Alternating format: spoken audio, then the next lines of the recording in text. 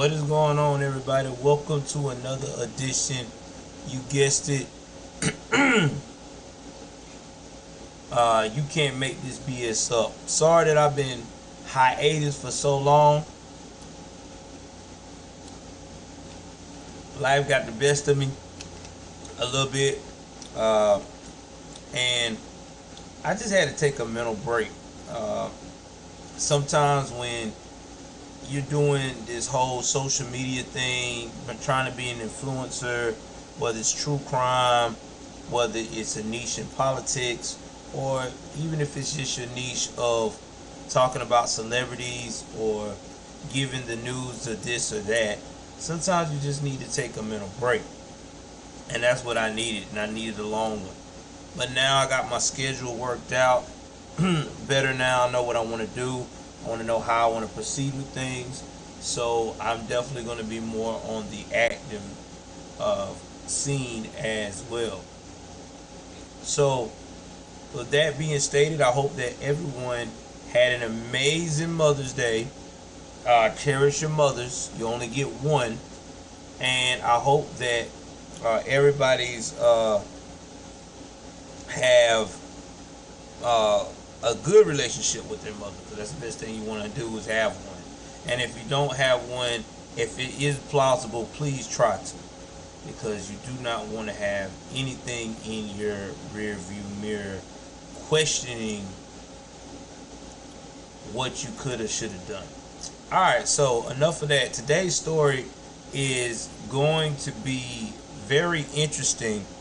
I got this story and heard about it from actually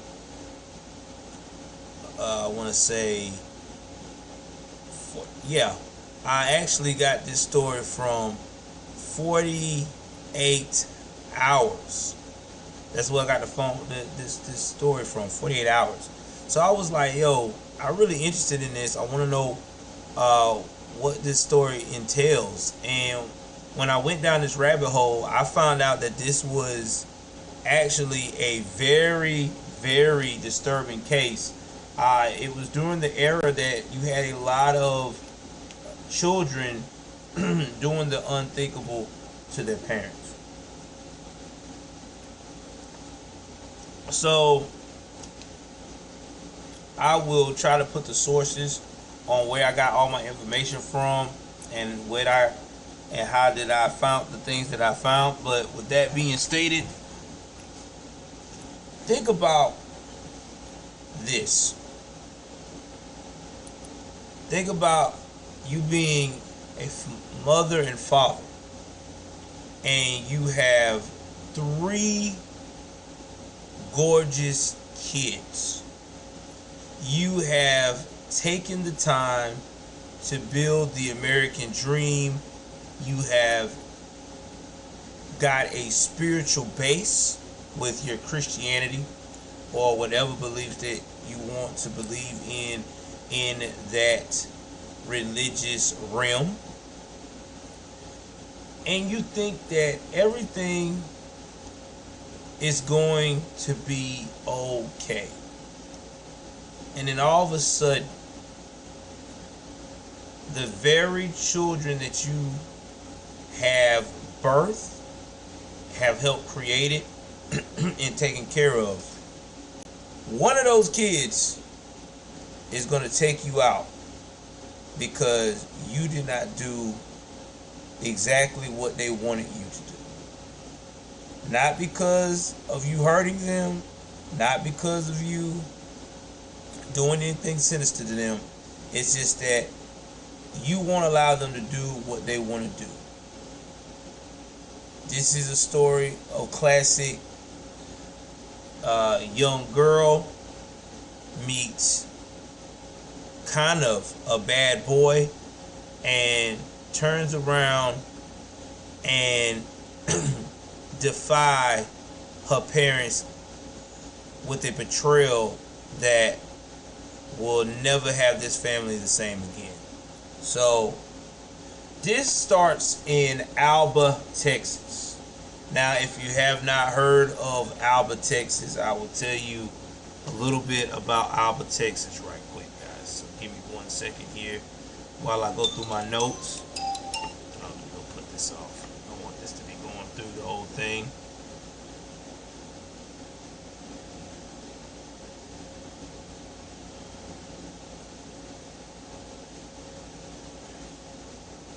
So Alba, Texas is a town located at the intersection of US Highway 69 and Farm to Market Road 17. Now, it is part of the western edge of Wood County, Texas, in the United States. Now, it's south of Lake Fort and approximately 10 miles west of Quitman, Texas. Now, if you don't know what Quitman, Texas is, it's another smaller town as well around that area. Now, Alba has about 473 people in its whole town. Now, I can tell you what it's near. It's actually 60 miles, which is equate to an hour and a little bit based upon traffic from Dallas. So, again, this is a little town that is homegrown in Texas. Okay, so wow, in Alba, Texas, there was a lovely family, and that family was the Caffey. Now, the Caffeys were a devout Christian family, and they went to the Miracle Faith Baptist Church. Now, they had 3 children. Okay. Now, the 3 children names in this was Matthew,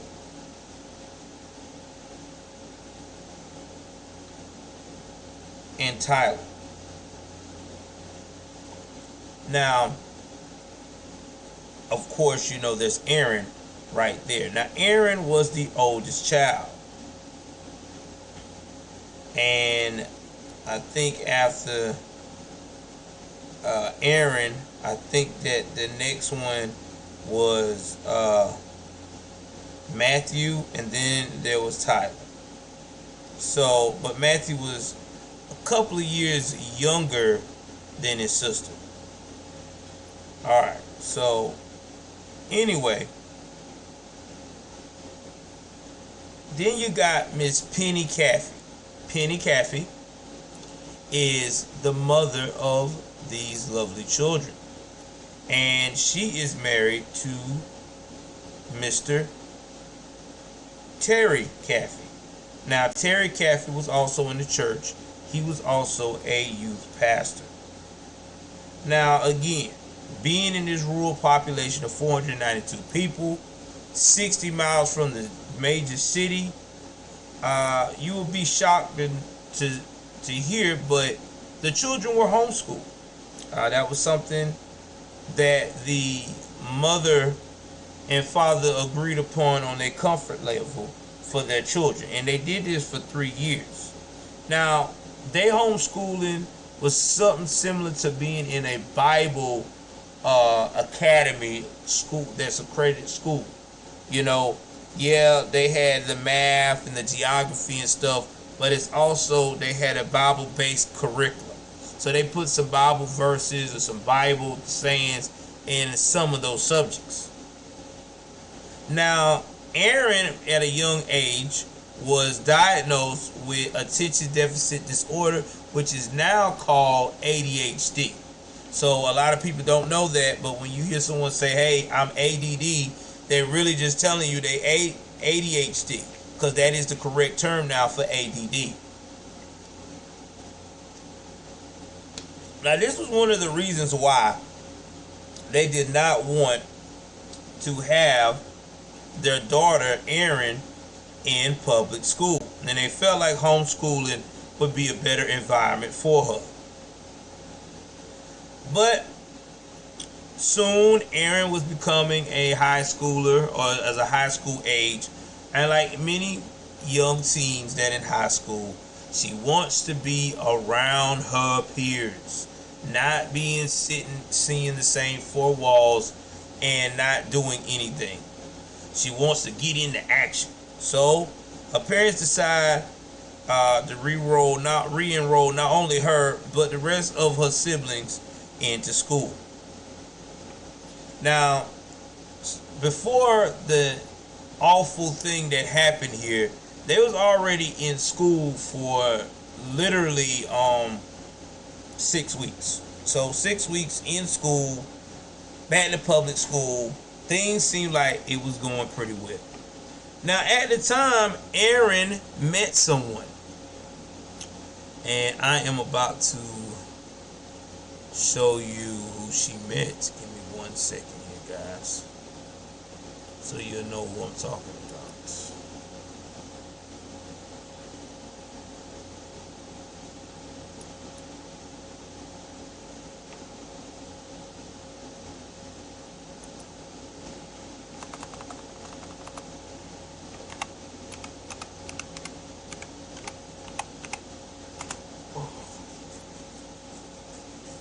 Face is itching. I am so sorry.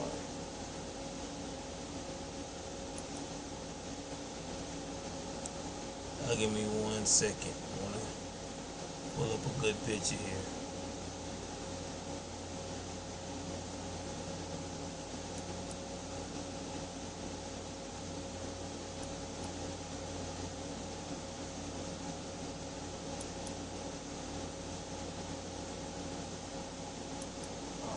So, y'all bear with me. Just want to make sure I got everything on my ducks in a row so I can show you who this person is.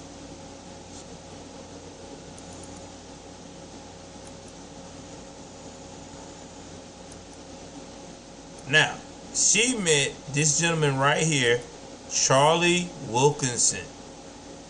Now, Charlie Wilkinson was 18 years old, and he was working at the fast food chain Sonic in 2007. Now this is where Erin also had a job at to work after school. So the pair, like any young couple, he sees this beautiful blonde-headed bubbly girl, and she's working in the same place he is. They in the same age bracket. They go to the same high school. So they went from friends to a romantic relationship, 0 to 60 real quick. Now, Wilkinson lived it with his father and stepmother. Now, I don't know the whole dynamic of the relationship with Charlie's mother, but Charlie did not get to see his mother but once or twice out the year, based upon what was going on. Now, Charlie was so smitten by Erin that he gave Erin his grandmother's engagement ring as a promise ring, basically to say, hey, I'm never gonna desert you. I'm here for you. You my boo. Man, I tell you, I used to love those puppy love days. Those promise rings were something, man. I know I gave out a few when I was younger. Yeah, that's why I'm glad now that I gave the real ring to the right woman. But we'll talk about that another day. So when the mother of Erin sees this nice, gorgeous engagement ring / promise ring on her finger, and she tells her mother that, it's from the guy that I'm seeing. He's really into me. I like him a lot. His name is Charlie Wilkinson. Penny, your mother said, no, you need to give it back because we're not doing this. I don't know nothing about this. Who is Charlie? So, like any mother does, they said that Penny did some snooping. Now, one thing I know about mothers who are definitely, I would say, homemakers or stay-at-home moms, they got a lot of time on their hands after they clean up everything to get knowledge on how to find and about what you're doing and things of that nature. And for some of you that listen to my podcast / YouTube, and here's the word MySpace. MySpace, before it converted to literally now a page with a whole bunch of music stuff on it, with different celebrity bands and big bands and stuff, but that's about it. MySpace was like the original Facebook and Instagram tied up into one before they popped off. MySpace, you could design your page, so you had a little bit of web designs and stuff that you could do. So you could design your page. You could put a bunch of pictures up there. You could follow different, I would say, news scrolling things on your page to keep you updated what's going on with the news or how many people visit your page. It was just crazy how MySpace had everyone's attention because it was new and it was different. The only thing that was horrible about MySpace until they came up with MySpace Messenger is that you had to wait forever for MySpace messages to be refreshed. So it was like an email system on there. You email somebody about how you like them or feel about them, you had to wait for them to email you back. And it took a little time. But now, fast forward to today, MySpace is like a dinosaur. Anybody was to use it today like they had to do it back in 06, 07, and 08, it would have been a disaster. Literally. Alright, let's continue. So, when she discovered that the MySpace page had profanity like any young boy out in the world likes to do, and sexual references and things of that nature, Miss Penny wasn't feeling it. Miss Penny Caffey was like, listen, I'm out. I ain't with this. I don't want you seeing this young man. I don't like what he got going on and what it looks like he got going on.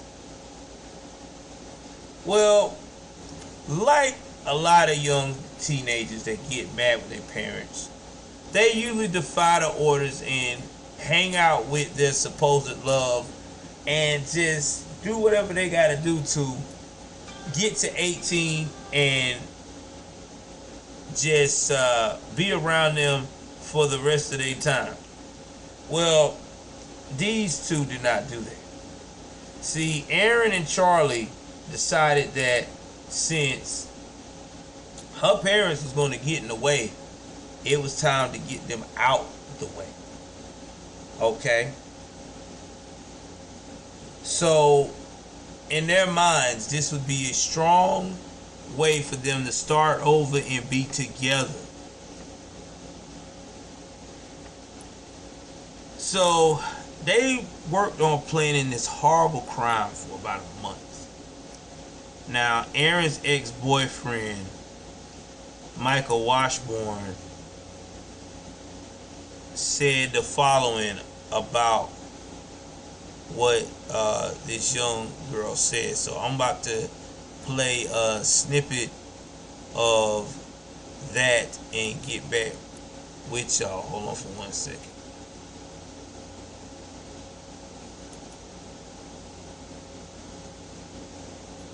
Again, this is fair use, fair use, fair use. and this is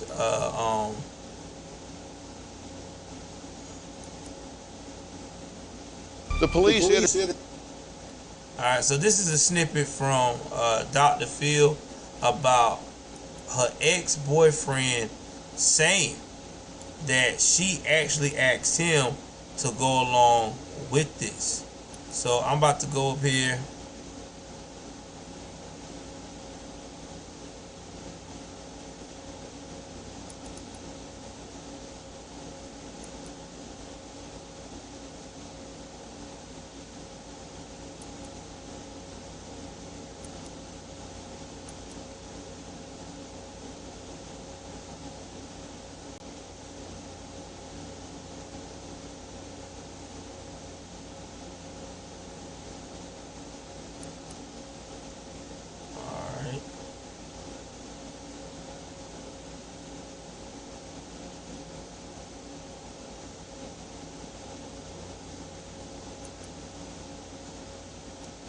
And give me a minute, and now I'm about to show y'all what was actually said.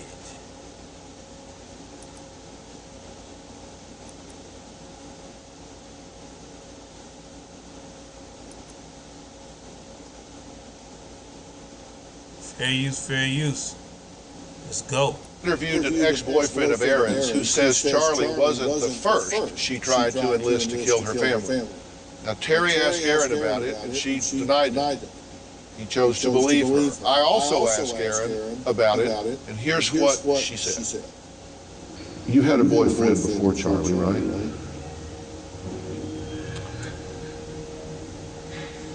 Didn't you talk to him about killing your parents? You never talked to your ex-boyfriend about killing your parents. Why would he say you did?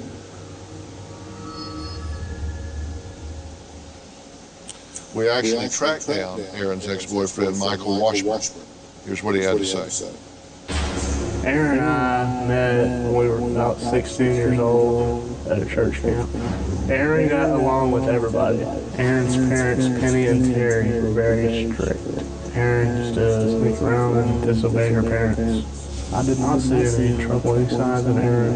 One day I said, "How are you and your parents doing?" And she said, "I just wish they were dead." A few weeks later, Erin asked me if I would murder her whole family and burn the house down. I told her no. I thought, "You crazy bitch." I told her, "Get the hell out of my house." Erin and I never spoke again after the last conversation. Never thought Erin would actually have her family killed. Alright, so y'all saw that and y'all heard that. Now, here's my thing about this guy when he said this. And maybe I'm wrong for being like this, but my thing is, if you saw that she was about to do that, why I heard that she was doing that, you should have went to the police, because that right there tells everyone that she was in the process of trying to get it done. I know I sure would have, because hey man, this doesn't sound too safe. But I digress. But anyway, after Michael Washburn had came forth and talked about this, he basically cut ties with her and was like, "Yo, I can never deal with you. I understand your parents are strict, but killing them, I'm out."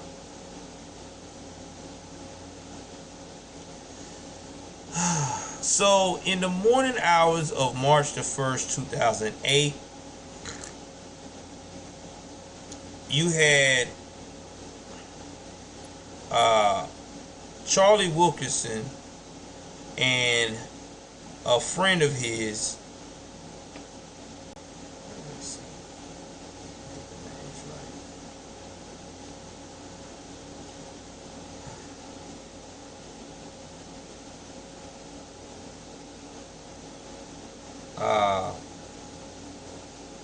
Charles Wade, who was 20. So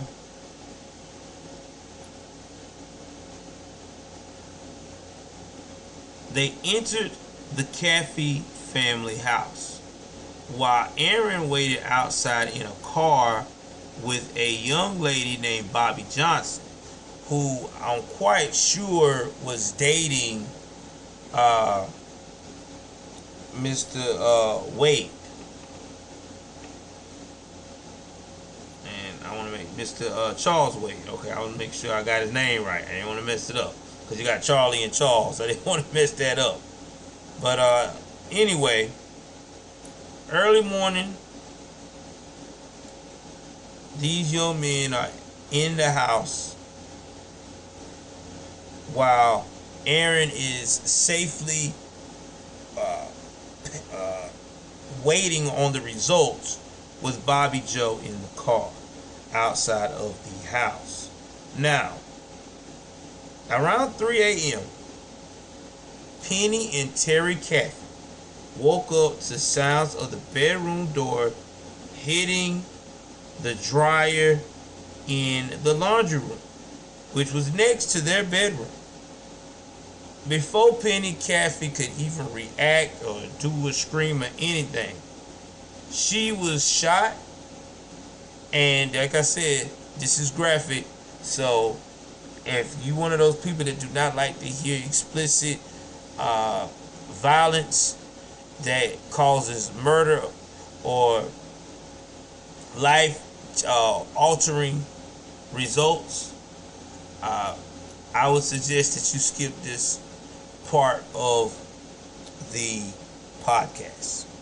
But anyway, Penny and Terry Caffey, they woke up to the sounds of the bedroom door hitting the dryer in the laundry room, which was next to the bedroom. Penny Caffey was first to be shot and was stabbed with a samurai sword, leading to near decapitation based upon how much anger and force was used with that sword. Meanwhile, young Matthew, her little brother, was shot in the head. Just before being shot, his father, Terry, heard him screaming, "Charlie! Charlie, why are you doing this? No, Charlie! No, please, why are you doing this?" Tyler was repeatedly stabbed with the sword by Wilkinson and Wade, which, again, let me get the first names to match the last names. We're talking about Charlie Wilkinson and Charles Wade. Terry was shot 11 times, I want y'all to hear this, and left to die. Following the crime, the house was lit on fire. Terry, the only survivor, crawled out of the burning house into a neighbor's house, which took over an hour. He was motivated to live in order to identify Wilkinson to the police. From there, 911 was called and authorities came to the scene. Now, at first, like any other investigation, they really did thought that this was, they knew it was possibly arson, but, they thought maybe it was a firebug in the area, something like that at first. But after talking to this girl's father, who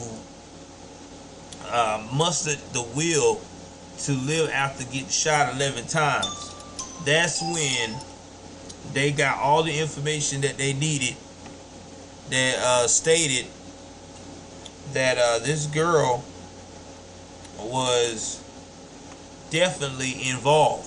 And not only was she involved, but when they round up all these suspects, they started talking. The first one to start absolutely talking and telling what everything was going on was Charles Wade. And then after Charles Wade was Bobby Joe. And then after Bobby Joe, well, her lover and friend already decided to roll over. Now, Wade, Wilkinson, Johnson, and Caffey were all charged with 3 counts of capital murder each, with the defendant saying they did not plan to seek the death penalty for Erin. The defendants had their bonds set at $1.5 million each. Though a minor at the time of the killing, Erin, which was 16 at the time, was tried as an adult and held in Hopkins County Jail on January the 2nd, 2009. She received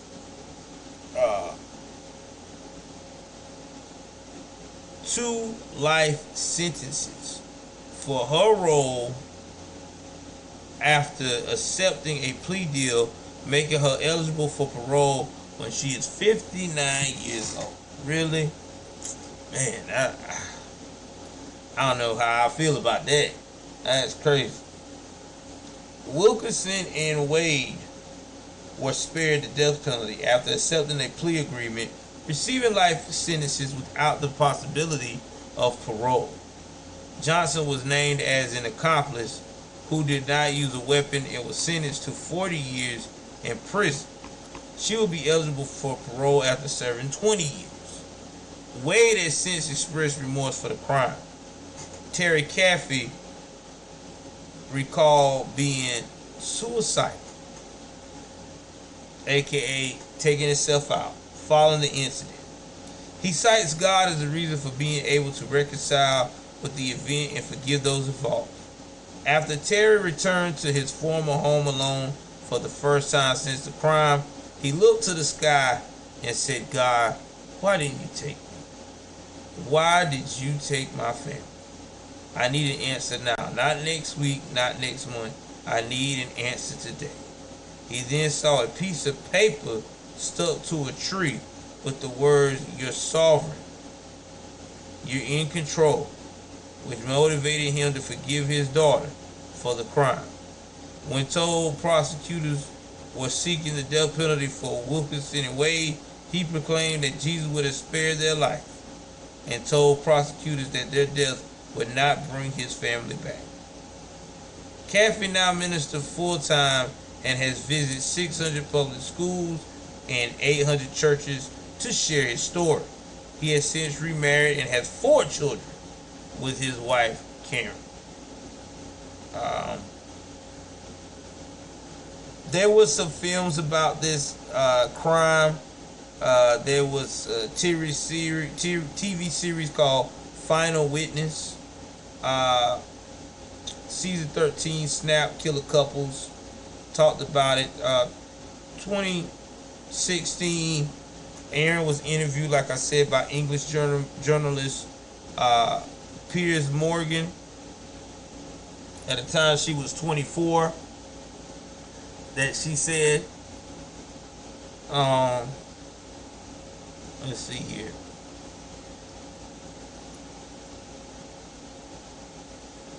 Now, Terry has written a book on the events titled Terror by the Night, the true story of the brutal Texas murder that destroyed a family, restored one man's faith, and shocked the nation. In 2014, that story was featured on the American talk show Dr. Phil, with Terry appearing as a guest. Alright, so now we're going to get to the part, my favorite part when I talk to y'all as my podcast fans. My thoughts about the Caffey birds. First off, let's talk about Erin. Erin should have really sat back and really think about what road she was really facing down at a high rate of speed.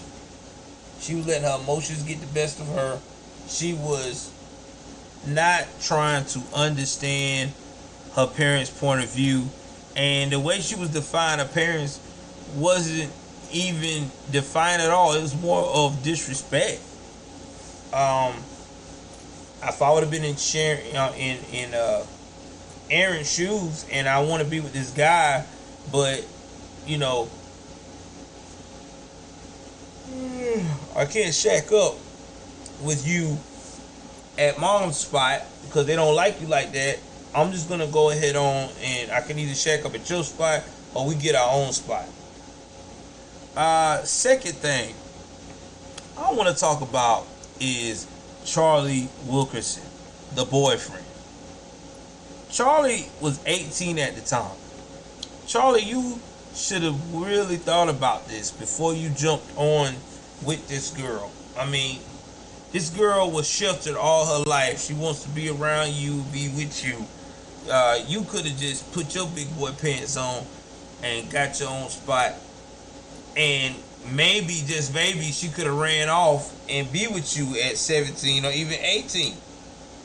But what was y'all trying to accomplish taking out the parents? Like, already, that's just very extreme. And the kids too. Now, for a sidebar note, Erin said the reason why she wanted her brothers to be killed is because she did not want them to go through life being abandoned or adopted out because of not having no parents. So to me personally, yeah. Now when it comes to the other players in this, Charles Wade. Charles Wade was a real good friend to Charlie Wilkinson. And I understand that when you got a good friend who's in love and y'all on, everybody's still puppy loving like crazy, this ain't it.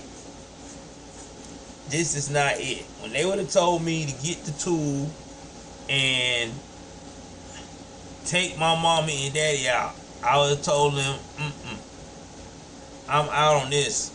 This is a risk. So, no, I wouldn't have done that. And last but not least, let's talk about Bobby Joe. Now, I'm quite sure, correct me if I'm wrong, Bobby Joe got as much time because she was there in the car waiting with the instructions on when to leave and when to go. And, man, like I said, I would have never drove him out there.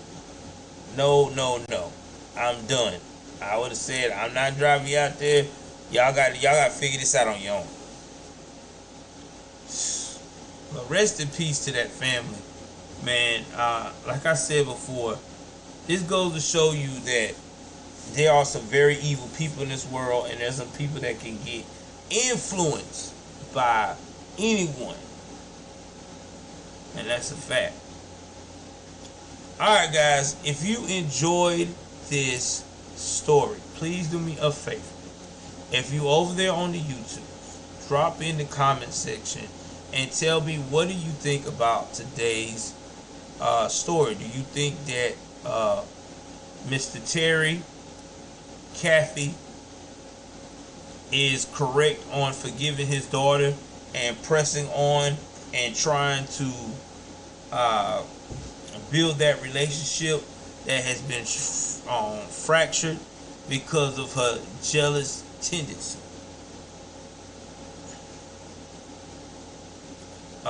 Also, let me know what you think about the guys, the people, that's extra people involved.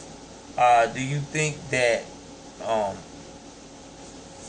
they should have got as much punishment as this young lady right here, Miss Caffey, or you think she should have got less than Erin Caffey? Again, just let me know what y'all think. I really want to know. I really want to get your opinion. Please, guys, like I said, when you drop those comments, especially on my podcast, it helps us grow with the algorithm. So please follow me and just enjoy the ride. With that being stated, I'm out.